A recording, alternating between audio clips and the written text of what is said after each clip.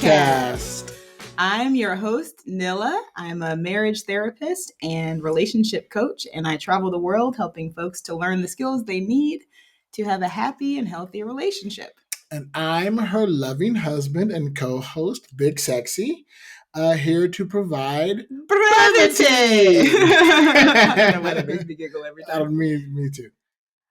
So today we thought we would talk about a question that we often get as we travel around to various different places. We meet folks and inevitably they look at us and ask, how'd you meet?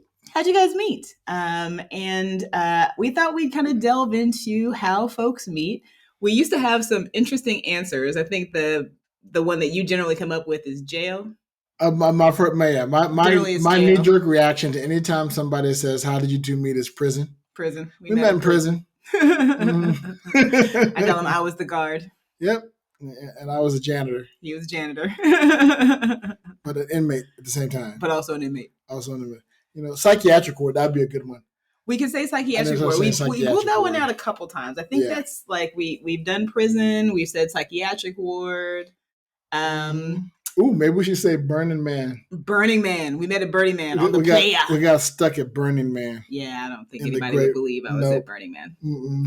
I not even with the rainbow hair. I don't think anybody. I'm willing to bet people would absolutely believe that you went to Burning Man. Not if they know me. Well, no, these are people who don't know us. This is true.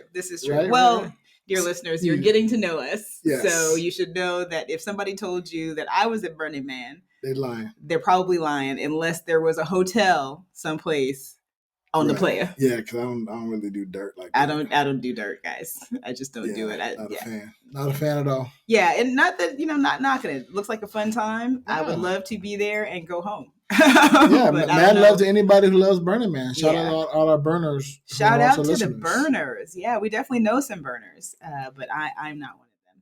But back to the subject at hand. How we met.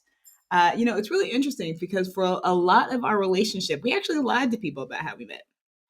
Well, we didn't quite lie. We didn't exactly lie, but we lying through omission. We would certainly not tell the full story. So for the listeners that don't know how we met, if you were to ask us that question, probably all the way up until this year, the answer would be we met at a birthday party. Through a mutual friend. Mm-hmm. Mutual friend's birthday party. True. Which is accurate. We did meet at a friend's birthday party. Shout out to Rozzy.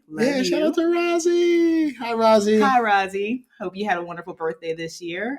We haven't seen her this year because she moved and we moved. But we do love you, girl. I hope you're out there listening. And that was really the first time that we hung out, that we actually talked to each other. I think the first place we actually talked to each other. That we actually talked to each other. I think the first place we actually had words to one another. Right. They weren't great words, but they were words. They were words. They were okay enough Initially, words. Yeah. They were just regular words. I don't know if they were good or bad. They were just words. Yeah, there was extra context in there. Well, yeah. But this is not the story of how we met. This is the story of how people meet. Because I found it really interesting researching this topic of how people meet, where they meet. So we will tell you guys the truth by the end of our podcast today. Or maybe we'll put it in the comments and y'all can guess where we met. Because it wasn't exactly a birthday party. Some of y'all know, some of y'all don't, but most of y'all don't know. Before we answer, I think we should leave that as we'll call it a cliffhanger.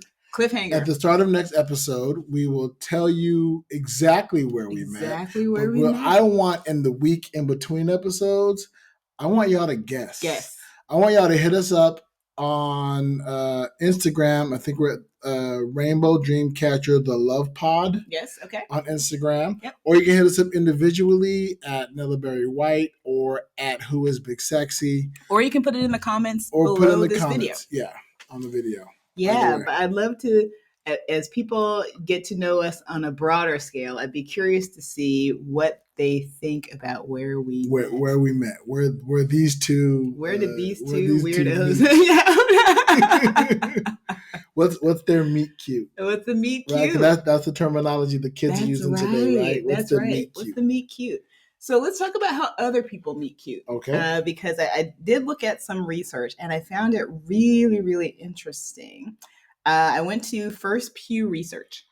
First Pew? Pew Research. They did a study on, actually it was called The Profile of the Single Person, which is interesting. They had so much information about committed partners. And they actually did define it that way. So it was folks who were single, and then there were folks that were either married or coupled or in long-term partnerships. That was the definition, right?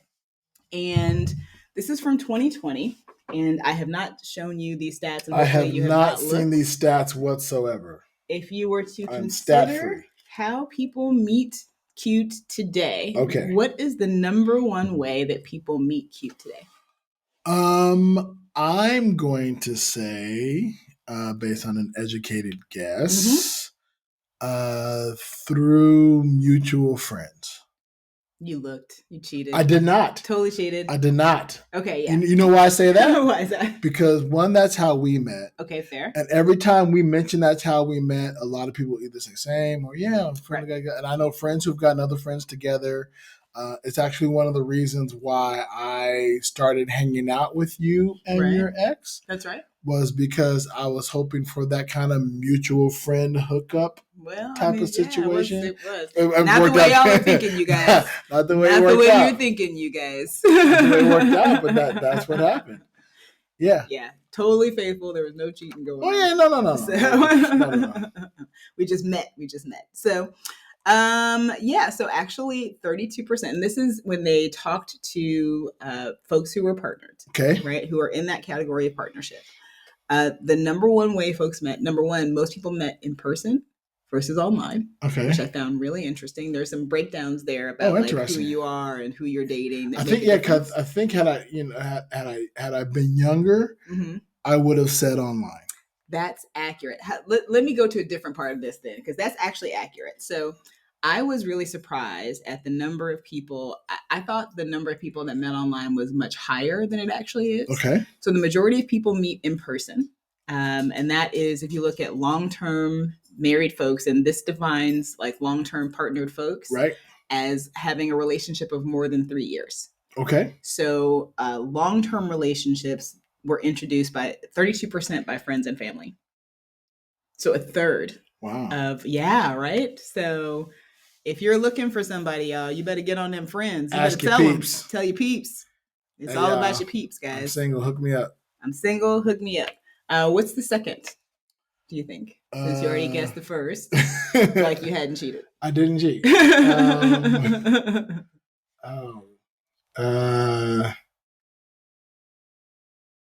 What about like social activities?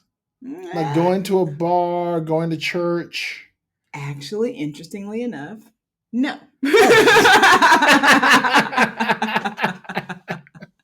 So this is for the long-term folks. For the long-term folks, that's more than 3 years. Right. Friends and family is number one with 32%. Almost a tie with number two, work, school. Oh. Which of course makes sense. Work, school, because forced familiarity. People you see every day, all that good stuff. 12% met online. Okay. 8% met in a bar or a restaurant. Wow. So my thought where the second highest was all the way down at 8%. All the way down to 8%. See? Didn't cheat. And then 8% again for somewhere else. That would include church, religious organizations, volunteer organizations, those kind of things. 8%. Now it changes slightly when you actually look at shorter term relationships. So folks who have been married or partnered for less than 3 years, it's actually an even split between online and friends and family. Interesting. So if people who get together younger, I guess. Which makes sense, right? So if they've been together for the last 3 years, 28% met online, 27% met through friends and family. So online actually bumps it out a little bit. A bunch. And you're actually right. It does make a difference how old you are. Right. So we are in certain age category. Mm-hmm. You're probably in a different age category than I am. You are in a different age category than I am. Yay for me. For now. Well, of course, time marches on. You're catching up. But when we look at online dating, it looks like from 18 to 29, 21% of those folks meet online. Okay. Right? That makes sense. 30 to 49, 15% of those folks meet online. All right. And from 50 to 64, 5% of those folks meet online. Makes sense. Which totally makes sense. Well, yeah, because I mean that age group was around before online was. Yes. Now there is also a difference depending on the population that you are wanting to date. So that is for heterosexual partnerships. Okay. For the LGBTQ community, it's actually 28% meet online. So, oh wow! So, well, I guess that makes more sense, right? It does make sense, right? There's more opportunity to meet fellow LGBTQ partners because smaller population, absolutely, yep. Easier to meet online, which connects smaller population with other smaller populations, right? And you can fine tune specialized, right? Specialized, yeah. So I can specialize your search, right? I can find, I'm finding my people, and it's often easier to find my people online if there's a larger geographic. Right. You're generally finding, you're not going to school. They're not like LGBTQ plus only classes, right? Where you're going to be in classes with only other LGBTQ people, right? Community. Yeah. You're going to be mixed with all the straighties. Yep, that's right. That's right. Yeah. So in terms of online, there are different ways people meet each other online. Mm-hmm. Is this interesting? Do you find this interesting? I think meeting people is amazing, mainly because I get a little deeper, is that I always thought I would find my significant other in those kind of environments. In the school. No, I'm old enough to be before online. So I never thought I'd find my significant other online. Okay. I always thought I'd find them either in school or work. Right. Again, forced familiarity. I figured that would breed, that would be people would be in the same kind of area and get to know me. Honestly, I thought I'd find them on stage, like, through theater or, performing together and stuff like that. Yeah, that's not a thing. Well, and that's the thing of, it would be a thing for you. Yeah. It happens a lot. Yeah. Not for us. We wouldn't have met that way. No. In case we shouldn't, man, we gave away one of the answers. That's all right. No, where we didn't meet. There is an infinite number of places. There's an infinite number of places that we didn't meet. There's only one place where we did. Where we actually did meet. Right. Yes. So. So the idea of where people meet it's always been intriguing to me and how that happens. And then a lot of my friends. My single friends are like, man, where do you meet people? How do you meet folks? Which is often prompts on, how'd you guys meet? I think a lot of times that question is geared towards, well, let me do what they did. Yeah. Let me go where they went, because maybe then I will meet somebody as cool as them, and then we'll start a relationship. Yeah. Okay. I like that. I like that logic. I like that. Yeah. I don't know, man. I always talk to people about dating, and it's a very different thing. For the most part, people talk to me about how terrible the dating apps are. The dating apps. That the apps are just, there are folks that have met on apps, and even there are people that I know in our age group, actually. And I actually remember a good friend of mine that I knew from college met her partner on Match.com. Okay. And it was so long ago that for a long time, she didn't say anything about how they met. Like, she just wouldn't tell nobody how they met or whatever. And they ended up being married, had a few kids, had the whole, story. Right. But they met on Match.com, and it was like, I don't know, 25, 30. So gosh, Match.com is like 20-something years old. Match.com is old. It's one of the first ones, but it's been out there for a while. Yeah. But I think what happened is that when Tinder came on the scene, Tinder and Grindr changed the whole dynamic of dating. Because Tinder is the swipe left stuff. Yes, that's the swipe left. Oh, I'm showing my age by asking that question. That's right. You swipe. And what I hear from folks, number one, is that they have often gotten to a place where they feel like they're seeing the same people over and over and over again, right, which is really unsatisfying. And that also that they feel like the way that they meet is very shallow. Right. Well, I mean, the shallow, the swipe left. You're looking at the picture. You decide if you like the picture. You might read a little bit of the subject headline, and then you're making a decision, and you're going, nah, not for me. Yeah. But you don't know that person might be for you.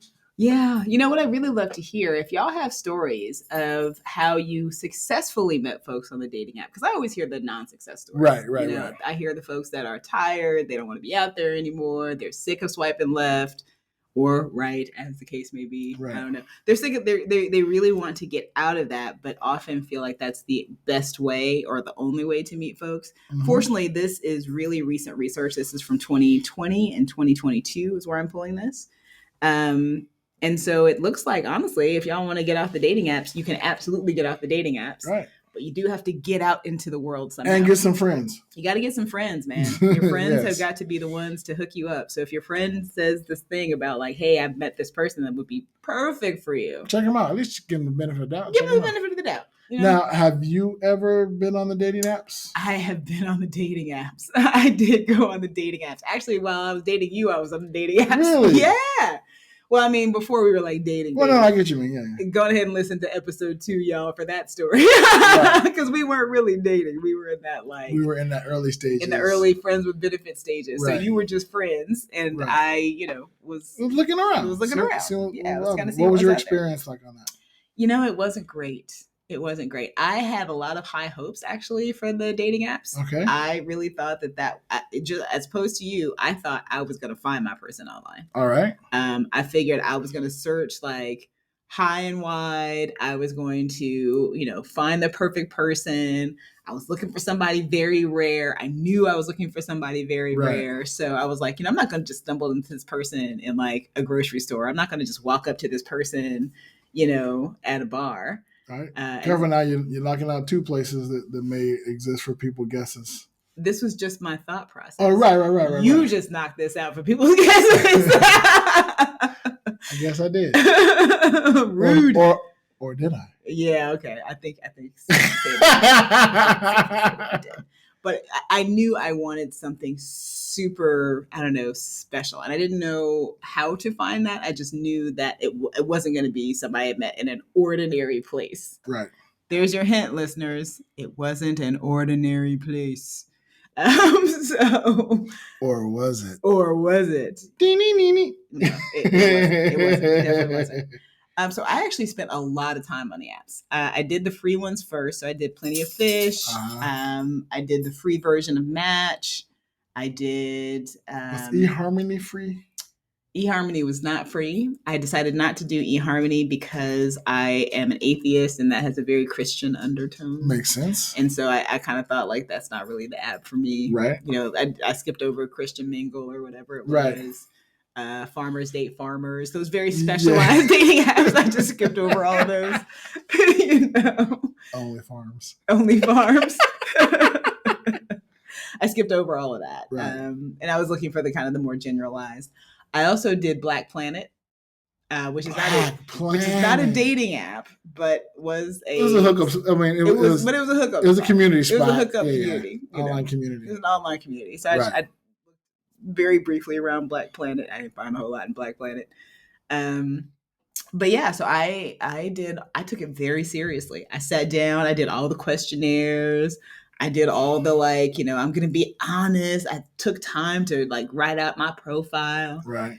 And, the one person I remember that was it was a 98% match. I got to tell you, it was not cool. It was not cool. It was this person that was maybe 20 years older than me. Oh. I mean, I know you're not that much older. I did look for an older person, but this person was 20 years older than me, gray. And, I was in my 30s. So, wow. I was like, okay. They were sitting on a motorcycle. They had on an American flag bandana. Yeah. Yeah. I want to know how you answer those questions. I was... They were like, this is the guy, this right here. this dude is the guy for you. I was very disillusioned. I was very, very disillusioned. I only met a few people from there. Nothing ever like panned out. Nobody ever had any interest in like even talking to as a friend, even like, which is kind of unusual because I make a lot of friends, and I just didn't find it to be like it wasn't fruitful for me. It just Interesting. Wasn't. But it doesn't mean that doesn't happen for other folks. Right. I was looking, here's some other stats about just online dating in general, that for the folks that did meet online, for those, depending on, what demographic, 27%, 12%, or 28%, depending on your demographic and your age and all that good stuff. Apps were the number one way that they met. Okay, so not like social media. No. Not like Facebook or Instagram. Nope. Definitely specifically dating apps and dating websites was 61% of where they met their partner. That makes sense. Their special someone. Social media was next. That was 21%. That's a huge gap. Yeah, it's a big gap. Yeah. So the thing you're on a dating app, you're looking to date. And you're meeting other people that are looking to date. Yeah. Your goal is much important. For social media, you're trying to show people what your life is like. Right. Yeah.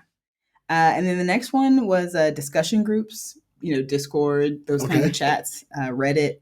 Those were 10%.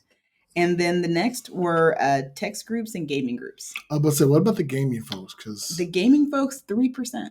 3%. I mean, you're more focused on shooting shit than, I suppose, shooting the shit. Mm-hmm. Yeah.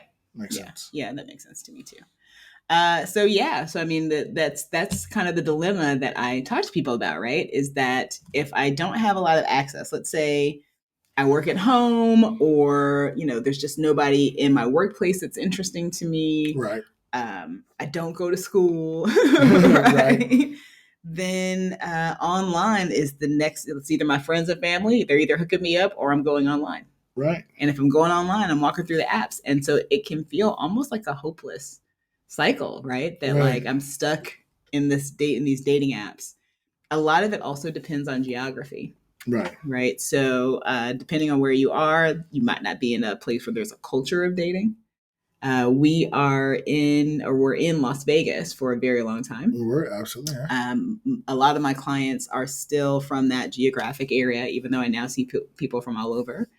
And dating is rough in Vegas. I mean, it's rough everywhere. Well, I think Vegas presents a difficult opportunity because it's such a transient location. People are always coming and going through Vegas, as opposed to the idea of planting roots and setting still. I wonder what the difference would be between our episode 2 versus this, right? Before meeting long term versus meeting, hookups and I'm going to look that up. There were some stats about that. I was also looking up my favorite little website, Psychology Today. And Psychology Today had an article on where potential romantic partners meet in real life.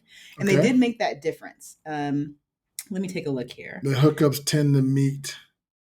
That they meet in different locations. Oh, gotcha. Right. So now this research is a little bit older. This is maybe 10 to 12 years old. Right. So we're looking 2012, 2015.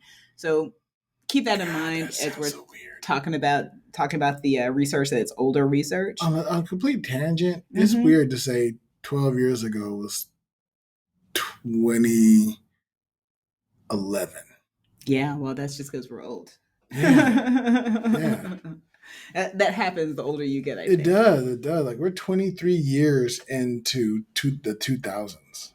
Well, you got to think. You're gonna hate this. I am indeed. The 1980s is, if I think about from today until 2060, it's the same amount of time between today and the 1980s. Ooh, 2060. 2060. Think about that, folks. Think about that. You're welcome. You're welcome. So let's talk about these locations. Right. Let's see. For the researchers identified the best places agreed upon by all genders. These are categorized into long-term and short-term locations. So long-term meaning I meet a long-term partner versus I meet a short-term person. Right. The long-term partner, those locations included classes, organizations, religious venues, work, gyms, coffee shops, volunteer groups, the neighborhood, conferences, and parks. They did see one difference along gendered lines, which is, those who identified as women included libraries, whereas those who identify as men included bookstores. I don't know why they made that distinction, but they made between libraries and bookstores. Yeah, weird, but whatever. That's what they're saying in this. I'm a man. I'm buying the books. If I'm a woman. I'm a rent it. I'm renting them. I'm gonna rent them for a little bit. What do you mean in parks? I don't know. It just literally says parks. But I'd imagine these are folks that are like dog walkers. Oh, man. Okay, yeah, there you go. Exercisers. Parents. Parents. Right, single parents may meet one another. We're taking the kids out for a play day. You're gonna be outside. Yeah. Folks who generally like the outdoors. And the parks. Yeah, people like parks. And then for short-term locations or to meet folks, that would be bars, nightclubs, parties, dance clubs, the beach, weddings, gyms, concerts, frat parties, and the neighborhood. All right. Yeah. So that's interesting. That's where folks generally beach. Meet. Yeah. Well, I mean, you got to think about it. Everybody's outside. Everybody's got on cute little outfits. Mm-hmm. Yeah, let's frolic in the sun. Frolicking in the sun. And then let's frolicking under the sheets. And then let's frolic elsewhere. Yeah. So yeah. So I don't know. It again, this is older research. They didn't really get into, and this was specifically like meeting people in person as opposed to online. But they do have some tips actually. So if you are looking to find a long-term partner, the tip is to frequent locations where you will have emotional and intellectual things in common with the others who are there. So like an art gallery, if you're really into art. Right. If you go to an art gallery, you might meet somebody else who's also very into art. You're much more likely to meet somebody else who's into art. And then you can chat about the art you're seeing. Yeah. And how it means the existentialism of walruses in the Congo. Okay, that is a very random example. But yes, you can actually go someplace and highlight your unique and attractive traits. That's what they're saying. So, if you're in a class and you are an intellectual, you can kind of highlight the fact that you enjoy talking about political topics, for example. Right. Also, I thought I'd meet my significant other. Nope, I'm not going to say it. Well, no, I can't say it. Yeah, go ahead and say it. You might as well say it now. Karaoke. Oh, yeah. Well, we definitely didn't meet in karaoke. So you can go ahead and cross that out. We're giving you like all the hints. We're giving clues. Look, again, there's an infinite number of places we didn't meet. If I mentioned 10, there's still an infinite number minus 10. Yeah, but you keep marking off all the most common places. Because I want to make it more difficult for our listeners. Yeah, okay. For short term, let's see. They said if you're looking for short-term partnerships, go for places that focus on sexuality and physical fun. So that's clubs, bars, parties, anywhere you can flirt and act sexy. Places that are about seeing others and being seen. They just said when you go, just be ready to flirt. Okay. All right. Now that's an interesting thing too. Flirting. I don't know that I know how to flirt. Ooh, I think we may want to have to do a whole nother episode on flirting. We should probably do a whole episode on flirting. I don't think I actually know how to flirt. I think, I remember actually that same friend, Rosie. She used to try to teach me how to flirt. And you know what? My girl, she kept trying. Yeah. I appreciate you so much, Rosie. Rosie put in work. She put in so much work. She kept trying. And I couldn't pull it off. I couldn't take it seriously. And worse, Rosie's beautiful. Agreed. Like just a gorgeous woman. She was in our wedding. Just a beautiful person inside and out. And let me tell you, she knows how to like do her thing and get out there in the world and get attention and just beautiful. And I would try to emulate that, and it just was a disaster. Just absolute rank disaster. I want to dig into that, but I think I want to say that for a later episode. Yeah, we definitely should. Yeah, stay tuned, listeners. We're going to get into the art of the flirt. The art of flirt. Yeah, is that an art? It's an art. It has to be an art form. Yeah, for me, I'm hoping it's a science. I'm hoping I can find some statistics. The science of flirting? On how to flirt, what works for flirting. There is something like that. There is. You found that out in pole class.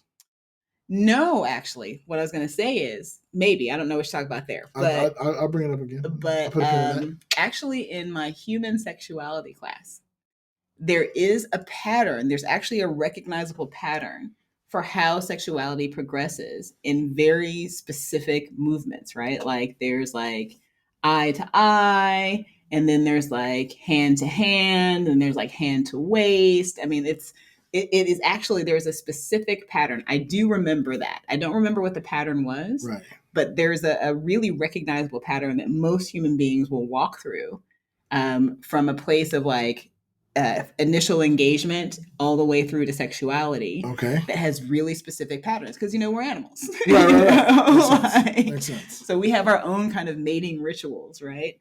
That have been studied and are recognized. So now I am actually very excited about the flirting episode because there is a science to flirting, y'all. Yeah. I'm excited about that. What I was talking about. Yes, you were saying about. Was in pole class, they mentioned how to look sexy walking around the pole. Now that's also so. And yes. It's a very unsexy description. Yes, an activity that you do that provides the look of what somebody finds attractive and sexy. Well, here's what I found most interesting about the experience of being in pole class. And if you don't know already, y'all, pole class has been such an amazing and wonderful part of my life and my growth in these last few years. I think I've learned so much about myself in pole class. Mm-hmm. And one of the things I learned, because again, I mentioned that my friend tried to teach me how to be sexy and like, it's just hopeless. What I learned in pole class actually, again, is that very animal idea that, you don't have to try to look sexy. If I put my leg over here and I put this arm over here and I shake this part this way, right? That's people are going to look at that and go like, oh my God, that's so sexy. And I was like, what? Like, right. For real? Because to me, it just feels like, trying to find placement so I don't fall off the pole and bust my ass. Yeah. But, it was an interesting journey to come to learn how to accept that I didn't have to feel sexy to be sexy. Right. And that was like this huge eye opener that if I had gotten that in my 20s, like I would have been unstoppable. Right. Like it's probably a good idea that I did not get that in my 20s so I could focus on stuff like work and, the other things I wanted to get accomplished in my life, because I really thought it was this puzzle that I could not figure out. I just couldn't understand. I couldn't figure out this, I don't know, mystery, it seemed, that other folks seemed to get. Like I could look at it and I could recognize it. I couldn't see it in myself. Can emulate it. Mm-hmm. Mm-hmm. Yeah. So, and then, I heard all the ideas about like, it's about confidence. If you're confident, I was like, I am confident. Like, I don't understand. Right. I'm still not sexy, you guys. I don't understand. I don't get it. Yeah, see, I would say you are. But, again, beauty is in the eye of the beholder. Sexiness is in the eye of the beholder. And I have grown to come to actually appreciate, number one, appreciate my body. Not just for, I think that before I came to this place in my life, I thought about my body as kind of like this separate part of me, that like there was like the me, and then there was like this thing that kind of carried the me around. Right. And the way I put it to folks now is, especially having gone through a couple of years of pole class, is that now my body and I just agree. We're just like cool together. Like, oh, okay, yeah, no, like we're one. Like this is a part of who I am. So I think I am much more comfortable in that space than in previous history of yourself. Yeah, like transitions or life stages. That's the word. In previous life stages, I don't think I was as comfortable for a number of reasons. But I really appreciate this life stage in which, I don't know, I do feel much more comfortable and in agreement with myself. And I guess that comes across as sexy. I don't know. Yeah, I'm sure it does. And if you're walking to a bar, people will see that and want to meet you. Yeah, well, we do walk into bars and we do meet people. Exactly. It happens all the time. Right? It helps when you have a dog. I have a dog that walks with me. So. Yeah. People, no, I changed it. People want to meet Fox. People, that's absolutely and they go through us to meet Fox. They do. The real star, ladies and gentlemen. Right. The real meet cute is Fox. Is the 10-pound chihuahua that walks around and gets carried in a bag. So that's how people meet cute. So to reiterate, go on ahead and listen through if you want to try to solve the mystery. We've said a few places that we are not. It is not the way that we met. I want to hear your guesses as to where we met. I can't wait to see your guesses. I can't wait to see your guesses. Some of y'all will be right, I'm sure. Yes. Some of y'all will be very wrong. I can't wait to see the wrong ones. Right. We'll have to research those and look those up, and I'll definitely post it on the social medias as well. Yeah. For guesses. Absolutely. Awesome. All right, were you ready to hear listener questions? I am really curious to see what our listener question is this week. What's our listener question? This question this week comes from our dear friend Raluca. Oh, yay. Who's currently in Paris, France right now. Wonderful. Hey, Raluca. Shout out to Raluca. Ray Luca. Ray. She asked, when does a relationship become toxic? Parenthetical. I feel that term has been bashed around too much, just like the term narcissistic. Yeah. Well, let's start with the parentheses first. I do think that there are terms that get out into the zeitgeist that just kind of get used a lot. Narcissistic is definitely one of them. Right. The reality is we all have narcissistic traits. That doesn't mean that we have narcissistic personalities, which is really the disorder. That's a disorder that's actually really difficult to diagnose. It takes a lot of time. It takes a lot of family history to diagnose someone as a narcissist, quote unquote, in the way that they are toxic. Right. But there are selfish people out there. Right. Right. When does it become toxic? Well, let's back it up just a little bit more. Yeah. Has the term toxic become used almost incorrectly by the zeitgeist, or not necessarily incorrectly, but overused? Overused. I can't say that it is overused. Okay. I think that it's really hard to determine the point at which a relationship becomes toxic. Right. Right. I think first of all, toxic doesn't mean just unhappy. Right. I think that there are a lot of relationships that are unhappy that are not necessarily toxic relationships. Okay. Toxic to me, again, from a clinical perspective, not that it's a clinical word, but toxic to me, if I look at it as a relationship coach, is any point where there is harm and it's a known harm. Okay. Right. So I can't necessarily say, of course, anyone who is doing things that are malicious. Right. That is definitely a toxic relationship. Anyone who is maliciously harming, manipulating, gaslighting, that's a term that kind of gets thrown around a lot. But I think that what happens is not that there's a point, but that there's a progression, right?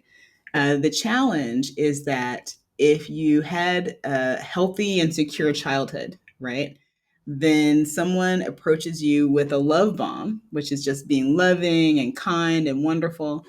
That feels good. Right. And if you came from a, withdrawing family or a, difficult childhood or one that, didn't have good models of relationship, right, a love bomb is like, oh, this is what I've been waiting for my whole life. Also feels good. So, both healthy relationships and unhealthy toxic relationships generally start in the same place. Okay. Right. And it starts with the idea that someone is sharing with you how much they love you, how much they appreciate you, and building a foundation of trust, right? Right. So first there kind of comes this love bomb. We're like, oh no, I'm kind of checking you out. And some of that is chemical and that we get that, what we call new relationship energy. Mm-hmm. And that's where all those beautiful attraction chemicals are going through your body. I like to think about it like, when people are in that stage, it's like, I love the way you blink.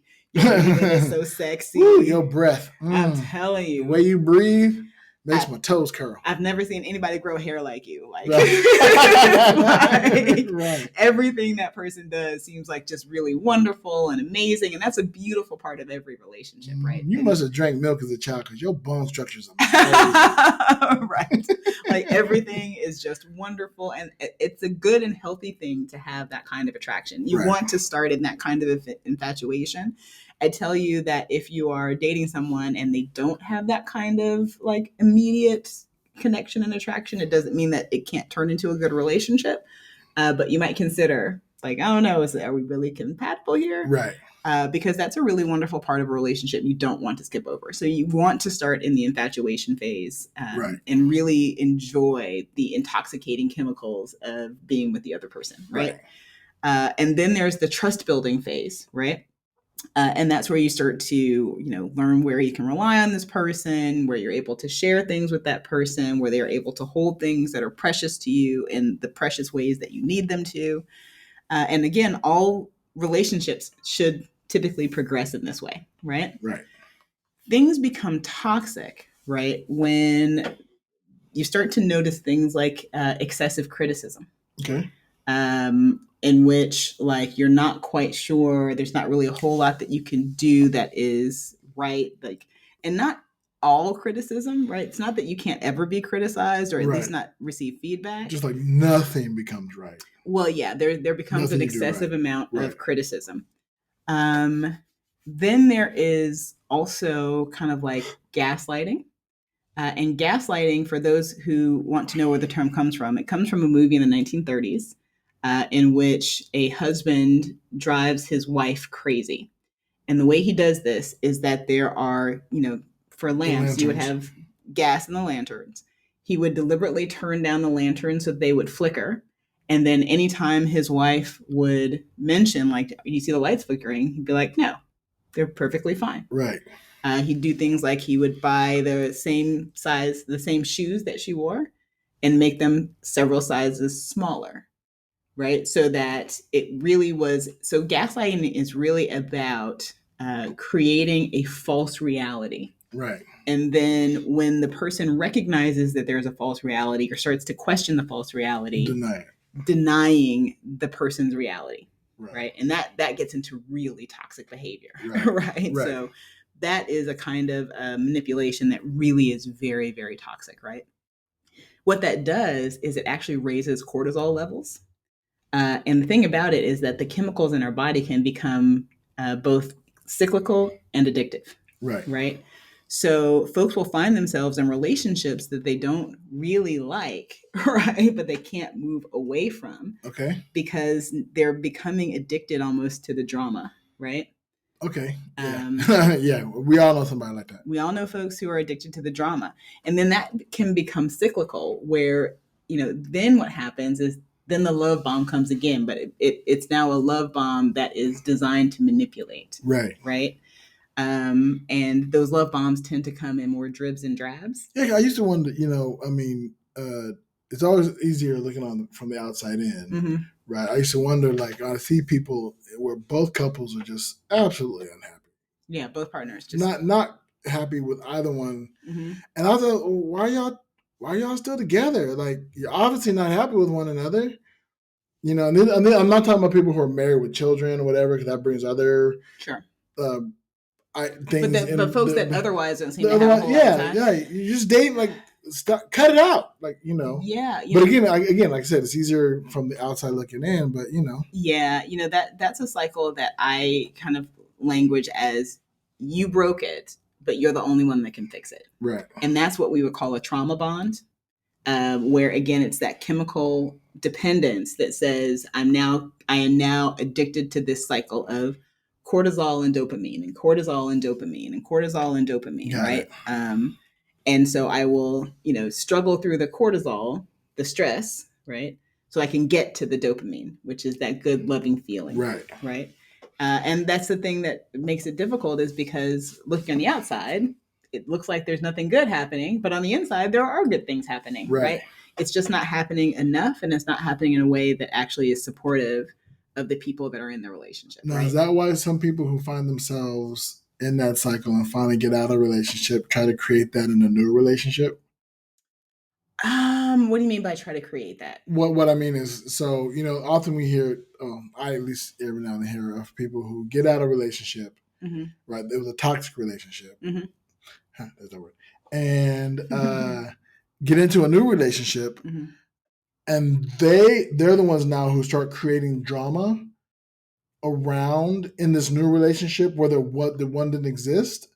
Maybe. I mean, there's a lot of different factors in how that happens.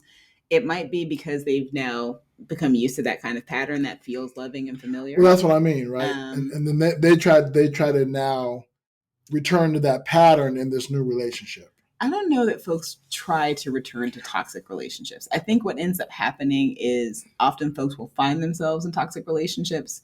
And sometimes it is, they're dating folks that feel familiar. And so that kind of like, there's this great video, I think I saw it on YouTube, called Why You Will Definitely Marry the Wrong Person. And it's interesting because it talks about how folks will seek out love, and we think that we want love that is ideal, but actually what we find is that we will look for love that feels familiar. Okay. Right. So if what feels familiar to me is, someone who is withholding or withdrawing or who, is emotionally unavailable, right? I may think to myself, I really want somebody who's emotionally available. But then when I talk to somebody who's emotionally available, it doesn't feel like they love me. Right. Right. It's not a kind of love that yet feels familiar to me. So I don't necessarily recognize it as such. Right. Okay. That's why you'll sometimes see those folks like, we're talking about friends and family. Your friend will match you up with somebody that on paper, like, oh man, y'all should like really hit it off. But like, I don't know, you're just like, you're not, you're not, you don't have that kind of mix of familiarity that fits for me. Like that's the person I would label as like, they'd be awesome, but they're kind of boring. Right. So, the challenge is that, for most human beings, when we're growing up and we get our first models of love, we never get pure examples of that. So there will always be disappointment and failure and error and mistakes. And oftentimes that imprints, right? And then I am now looking for something that feels familiar, sometimes because that's a good thing and it feels familiar and wonderful and loving. And sometimes because it feels familiar and it's something I want to correct.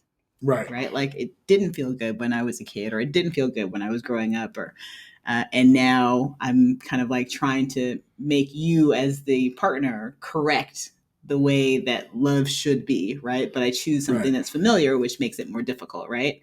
Because if you can correct it, then that corrects a lot of things for me. Does that make sense? Yeah, it really does. Yeah. So I don't know if that answers your question, Ray Luca, but I really appreciate it. Now I'm deep in thought. Yeah, well, I don't. Yeah, I was going to say close to the same. I don't think there is a specific point in a relationship when things become toxic. Like over here, it wasn't toxic, and then now it is toxic, and this is the incident point that made that change. Yeah, I just it's a progression. I'd be curious. Yeah. I often wonder if it's like, let's say you're with a toxic person. And that veneer of the puppy love we were talking about earlier wears off, and then you're with the person who isn't putting their best foot forward, and they're showing you that the toxicity. Well, that's a toxic person. I don't know. Well, that's what I mean. I mean, if you're in a relationship with a toxic person, that might be a toxic relationship. Yes. Yeah, definitely. Right. I'm curious as to how our listeners, how you guys would, I'm curious about your thoughts around toxic relationships and at what point in the progression it becomes toxic. I'm curious about your experiences with toxic relationships. Have you been in toxic relationships? How did you know? Like, when did you discover that you were in a toxic relationship? And how did you get out of it? And how did you get out of it? If you got out of it. If you got out of it. One good tip, right? And this is going to sound super crazy. I think we talked about this on one of our, maybe even our first podcast, is you want to check in with the people who already know and love you. If the people around you are telling you, right, that this might be a toxic partnership, that is a good kind of indicator that I should at least check in. It's not always the case. People around me don't always have my best interest at heart, but it is important that the folks that know you will likely actually spot that sooner than the person in the relationship, right? That like, are you sure? Is this a person that, why does that person talk to you that way? Right. Why is that person treating you that way?